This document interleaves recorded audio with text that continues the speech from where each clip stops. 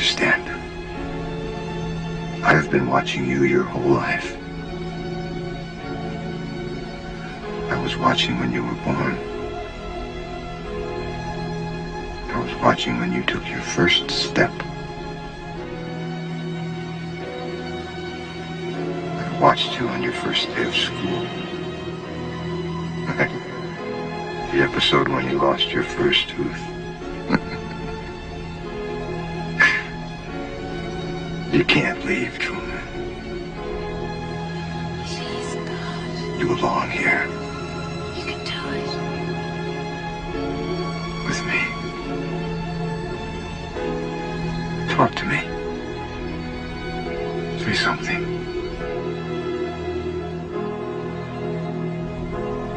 Say something, goddammit! You're on television! You're live to the whole world!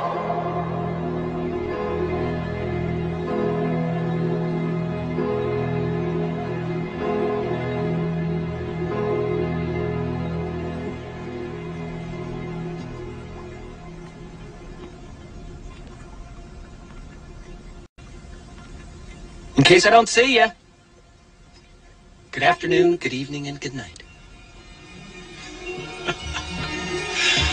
Yeah.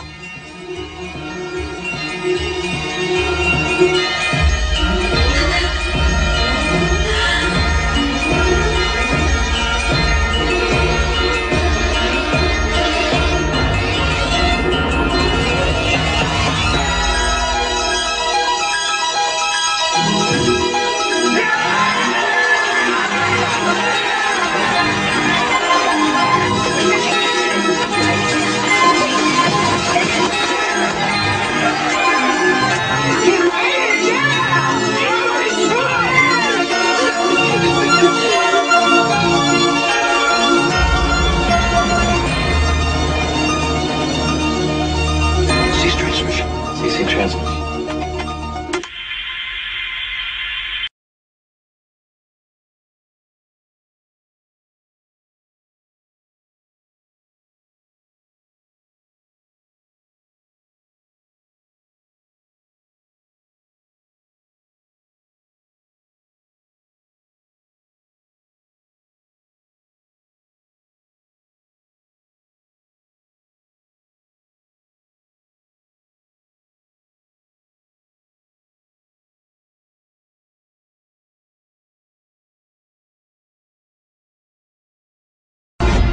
Doug, I've been put in charge of a newly formed investigative unit. I want you on the team. Why me? We've got some unique time constraints. He has been shown a secret. It's a brand new program. We can look anywhere 4 days in the past. The government doesn't want you to know. This is not surveillance. This is the actual past. Yes. They found a way to fold space back onto itself. Remember the blackout we had a few years back? Half the Northeast, you're saying you got 50 million homes? My bad. Wow. This Thanksgiving, the key to stopping a disaster You think you know what's coming?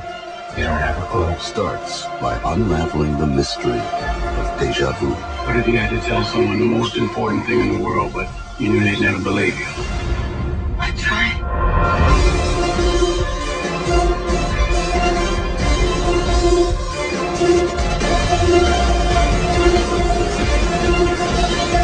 I got it. You know you don't have to do this. Because I already have. Deja vu. If you think it's just a feeling, go back and look again.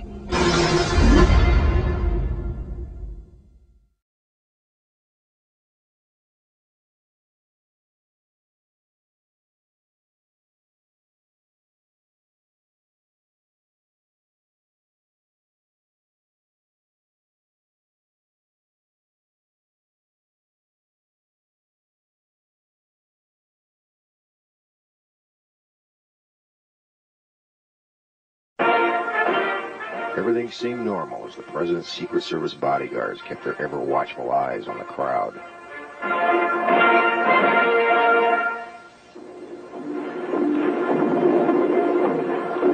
Everything seemed normal as the president's motorcade began its journey.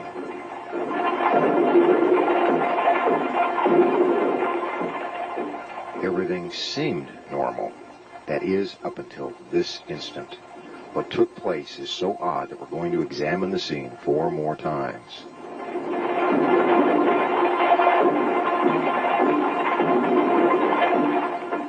Watch the left side of your screen. The arrow points to Agent in Charge, Emery Roberts, as he stands in the Secret Service follow-up car and motions with his hand. What he is doing is calling away the President's 2 most important bodyguards, the bodyguards whose job was to protect the President's back by riding on the bumper of the limousine throughout the motorcade.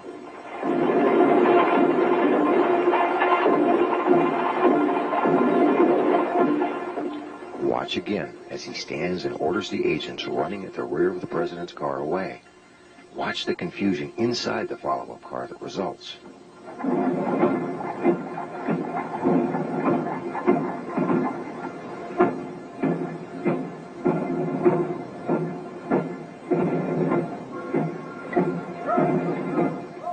Now watch the right side of your screen. The arrow points to one of 2 agents whose job was to hop aboard the bumper and act as human shields. He's obviously perplexed. Watch as he shrugs his shoulders 3 times in dismay, each shrug more dramatic than the last.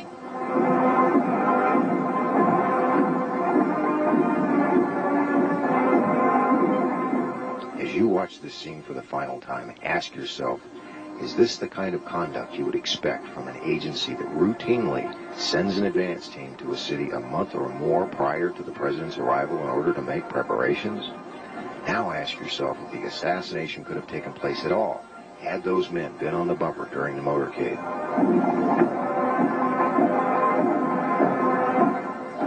This is the rear of the presidential limousine. The back bumper is specially designed with a platform on both the right and left sides. There are also handrails on both sides of the trunk.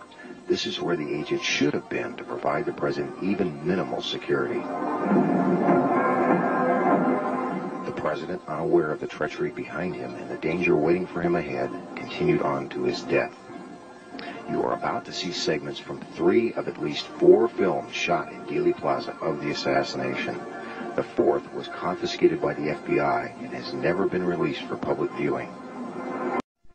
This version tracks the limousine and maintains President Kennedy and Governor Connally at center frame.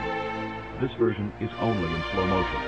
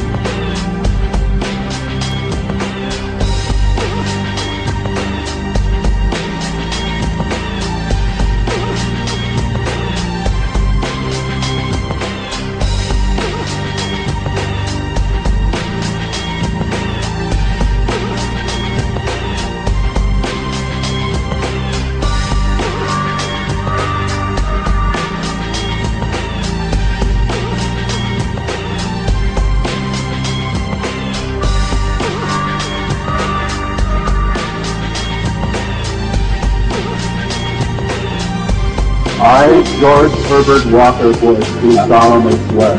I, George Herbert Walker Bush, do solemnly swear that I will faithfully execute the office of President of the United States. That I will faithfully execute the office of President of the United States. And will to the best of my ability. And will to the best of my ability. Preserve, protect, and defend the Constitution of the United States. Preserve, protect, and defend